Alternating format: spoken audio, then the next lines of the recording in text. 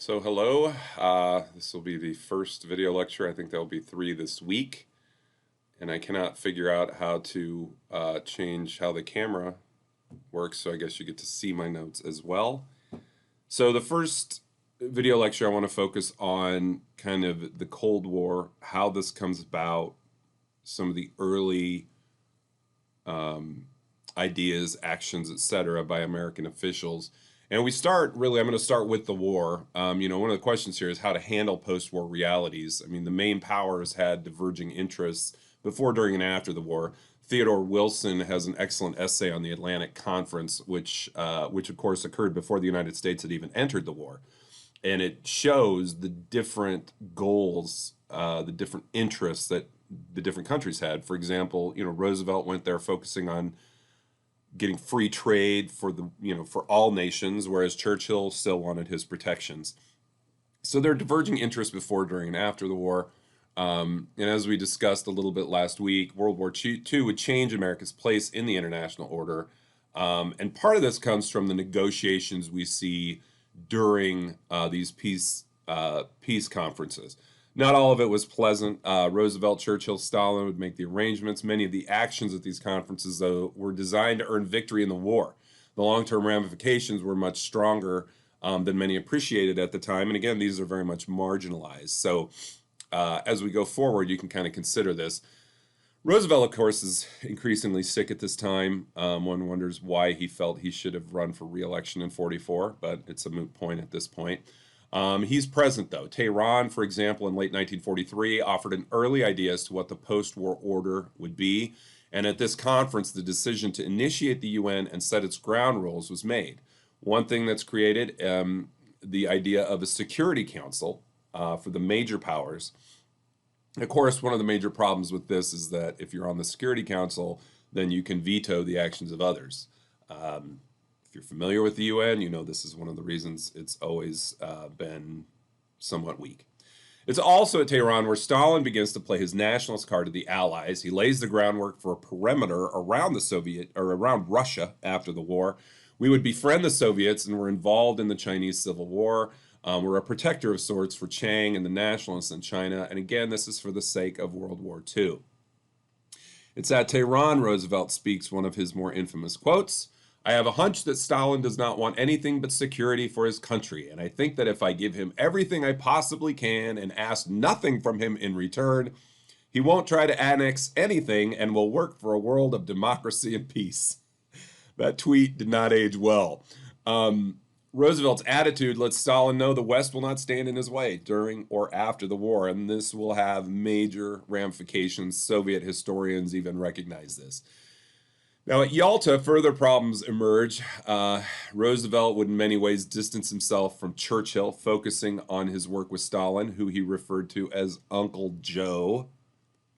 Yes, Stalin, the man who murdered tens of millions of his countrymen. The Lublin Committee had already been established in Poland. The Red Army occupied the country. Protection of Poland was a big deal to the British.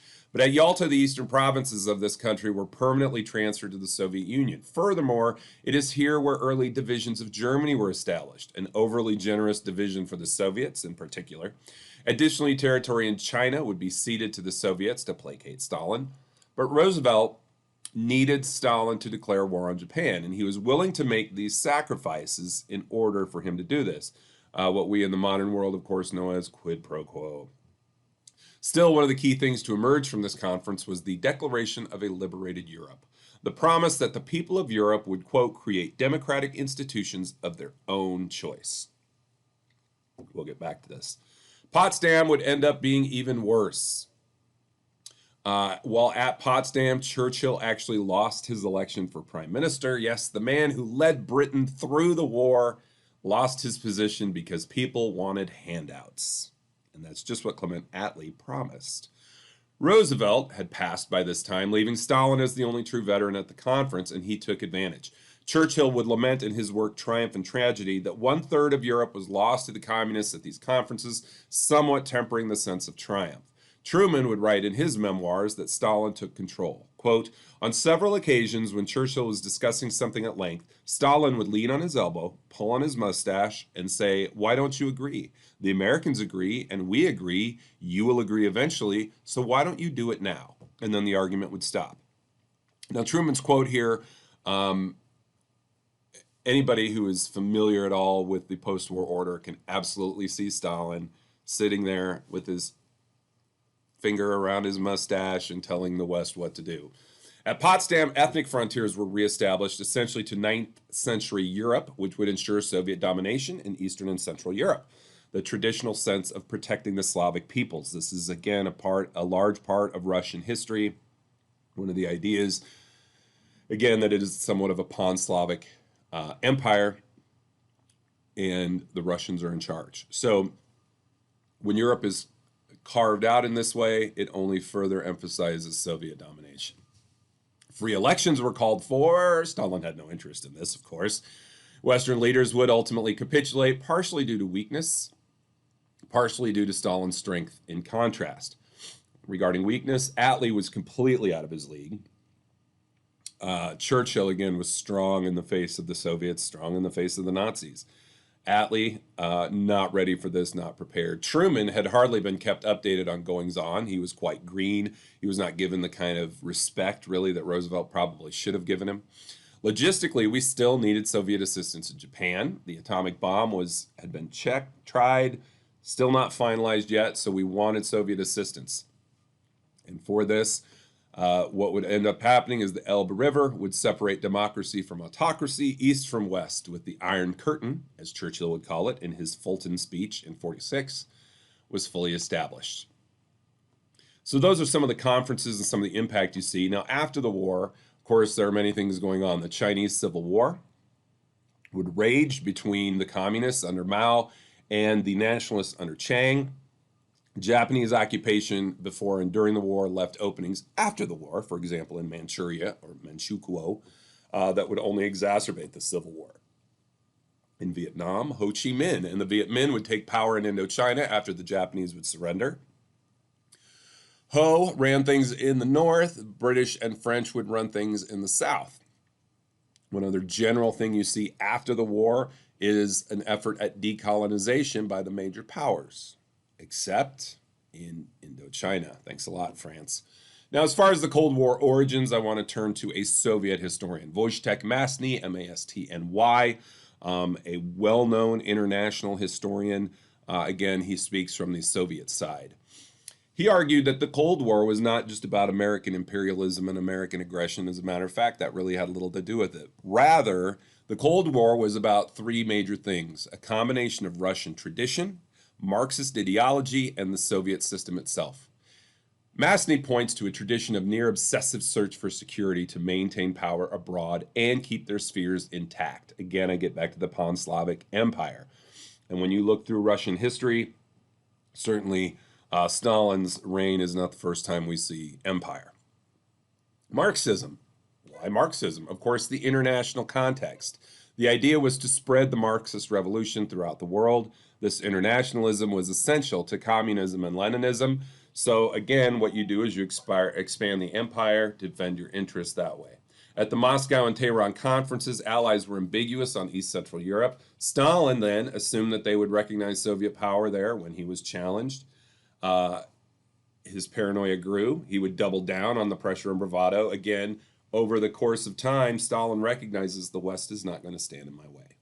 Also worth noting, this is something I add, not from Masny, two other things. The United States did not recognize the Bolshevik Revolution or the Soviet Union until 1933. That is a significant time of expiration between when the revolution concludes, before the Civil War, and when we officially recognize them. That would sting. Number two, the United States actively participated in the Russian Civil War on the side of the whites. Again, this could have only caused antipathy, particularly among the most rigid Russian traditionalists and Bolsheviks. Masny continues, toward the end of World War II, Stalin showed determination to not work with the West and sought post-war interests without reference to the interests of the Grand Alliance. The leaders of the Grand Alliance assumed that if they all worked together, the Soviet Union could pose no threat. that Stalin would work with them. Again, quite a bit of naivete on the part of the West, except for Churchill. For our part, we did not challenge Stalin's claim to boundaries set in his pact with Hitler in 1939, the infamous non-aggression pact, nor the Soviets' desire to have their sphere of influence in Eastern Europe, Romania, Bulgaria, Hungary, Poland, etc. Quote, Moscow had interpreted Western restraint as a sign of weakness. Again, this is a major point that Masny emphasizes throughout his work. There were broken promises of Yalta. Of course, Stalin imposed his will rather than allow truly free elections. Truman would become a bit more strict with Stalin than FDR was. For example, he communicated in a rejoinder to Soviet Foreign Minister Molotov after the latter had taken issue with his tone. Truman replied, "Carry out your agreements and you won't get talked to like that." The buck stops here with Harry S. But later, after Potsdam, Truman concluded, quote, "I can deal with Stalin. He is honest but smart as hell." Truman thought issues with the Soviet Union stemmed from internal political turmoil, and many American leaders feared who Stalin's successor would be if he died. Truman, like many in the United States and even some in Europe, felt that the issues with the Soviet Union, again, came from internal problems, and that the international order would not be affected. As Soviets marched to Germany at the end of the war, the Soviets would essentially absorb Latvia, Lithuania, and Estonia. Free, quote-unquote, elections were held in Hungary and Czechoslovakia, but not in any of the other nations mentioned. Satellite government was established in Korea. Soviets rejected participation in the World Bank and the International Monetary Fund, which the Americans considered necessary for economic recovery. Stalin would place troops in northern Iran in an attempt to establish a Middle East satellite.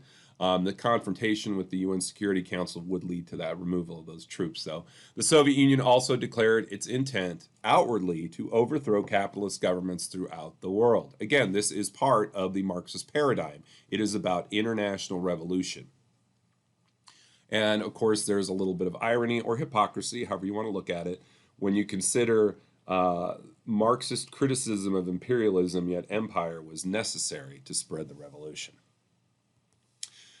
Now, World War II war aims also played a role. For example, Rear Admiral Ellery Stone told Secretary of Navy James Forrestal in July of '46, quote, "If we fought Germany because of our belief that a police state and a democratic state could not exist in the same world, it must necessarily follow that we could not afford to lie down before Russia." As Arthur Hayes Sulzberger said, quote, "It is not communism but totalitarianism which is the potential threat." Something to consider. By early '46, Truman had declared his intention to, quote, "stop babying the Soviets," that compromise was no longer an option, and if they continued to give in, a war would be inevitable. March 5th, 1946, Churchill gives his Iron Curtain speech at Fulton College. From Stettin to the Baltic to the Trieste in the Adriatic, an Iron Curtain has descended across the continent. Behind that line lie all the capitals of the ancient states of Central and Eastern Europe: Warsaw, Berlin, Prague, Vienna, Budapest, Belgrade, Bucharest, Sofia. All these famous cities and the populations around them lie in what I must call the Soviet sphere, and are all subject in one form or another, not only to Soviet influence, but to a high and, in some cases, increasing measure of control from Moscow. And this is definitely what we see. Now, in the United States, of course, our idea is, how do we deal with this rising Soviet empire? How do we deal with the Cold War? Secretary of Commerce, Henry Wallace, urged a conciliatory approach. Now, Henry is much different than George. We'll get to George in a few weeks. Henry wrote a letter to Truman with his ideas in '46. He showed concern regarding the American mindset and continued concern over a coming war. He argued that an armaments race would lead only to war, not to peace. He showed concern over production of the bombs, the Bikini test, plans to arm South American countries, and increasing spending for the War and Navy departments, which was reaching $13 billion annually by that time. He also showed a concern over the impression to the rest of the world that the United States looked hypocritical at peace conferences if building up and preparing for war. Simply a concern over a third world war, which would be an atomic war. Now, for Henry Wallace's credit, he did correctly note that the United States and the Soviet Union living peacefully together was the most important problem facing the world at that time. Now consider some of the issues with Wallace's appraisal.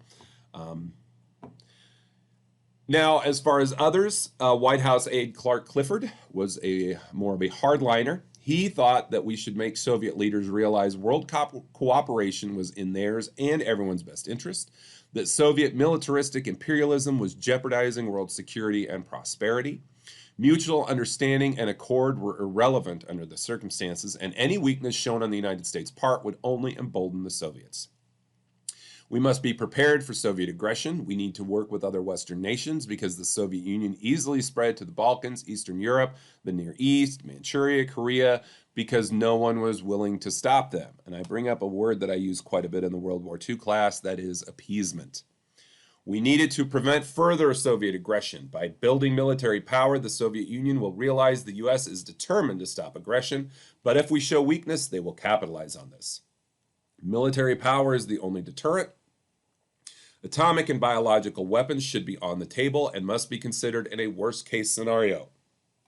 According to Clifford, quote, the U.S. should entertain no proposal for disarmament or limitation of armament as long as the possibility of Soviet aggression exists. A bold claim early in the Cold War. Now, even though, and to continue with that, even though Soviet leaders professed to believe that the conflict between capitalism and communism is irreconcilable and must eventually be solved by the triumph of the latter, it is our hope that they will change their minds and work out with us a fair and equitable settlement when they realize that we are too strong to be beaten and too determined to be frightened. We must show strength, Clifford said. Do not back down. He reaffirmed in other communications with the president through 1950 by his advisors and the National Security Council, who wanted to build the strength of the United States and Western nations to deter the Soviets and prepare for defense. Now, I wanted to add one thing. Some of you wrote about the United States becoming a world power after the war, and obviously that's true. We revert, we go from isolationism, which dominated our foreign policy, to internationalism. There are a handful of reasons for this. Obviously, the atomic bomb, our efforts in the war itself, the negotiations, the peace negotiations. There's one other thing that I would mention, and that is the Holocaust. It is partially, I would argue, because of the Holocaust that we decide now to forego any sense of appeasement. The historiography of this, Joyce and Gabriel Kolko, they're considered revisionists, closer to, I would almost argue, radical. They argued the Cold War was not about containment or communism, but about expanding the requirements of American capitalism, establishing economic goals and needs, provided the foundation for their responses to the problems of the era. Yes, blame America first. We hear this still. John Lewis Gaddis argued the Cold War was the result of Soviet unilateralism, and Truman was cautious and defensive. Americans were not the only ones concerned about Soviet expansion, as the rest of the world also recognized it. Melvin Leffler provided a combination of both to an extent, a little bit more of a middle ground. He argued that American globalism defined the reaction to the Soviets and Stalin, that the goal of the policy was to contain Soviet power and create a stable international order conducive to U.S. economic and political interests. According to Leffler, quote, the notion that the Soviet Union sought world domination became the fundamental postulate of American national security doctrine. This would be accepted as truth. Reality was a little bit more nuanced than this. Different scholars conclude Stalin was opportunistic, that he was cautious, that he was actually hesitant to take action in the face of Western recriminations. Again, many different ways to look at this. Now, I do not go into Kennan and his long telegram here. I will get to that in a future video lecture. But suffice to say, Kennan's efforts, and he was quite even-handed. You've read the long telegram, you know what he says. He takes a very balanced approach to this. Part of it is because of his experience with the Russians and the Soviets. But his points about how do we deal with communism, how do we deal with this Cold War, would very much define Truman's reaction, which he would then, of course, put into practice with Greece and Turkey, and would help to define containment. Now, the big difference here, Kennan's idea was a diplomatic way of getting through the Cold War. And we know that war, actual war, would take place because of the Cold War. So containment, Great in theory, but it did not specifically follow Kennan's dictates to the letter, but the spirit very much was there. So that's it. Lecture number 1. I'll post a couple more here soon.